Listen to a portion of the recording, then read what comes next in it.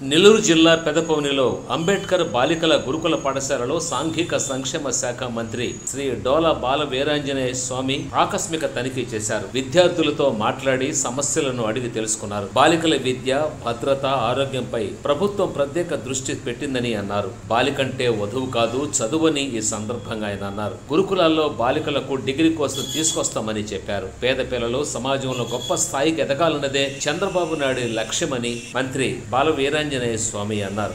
ఈ కార్యక్రమంలో స్థానిక శాసనసభ్యులు ఇంటూరి నాగేశ్వరరావు తదితరులు పాల్గొన్నారు.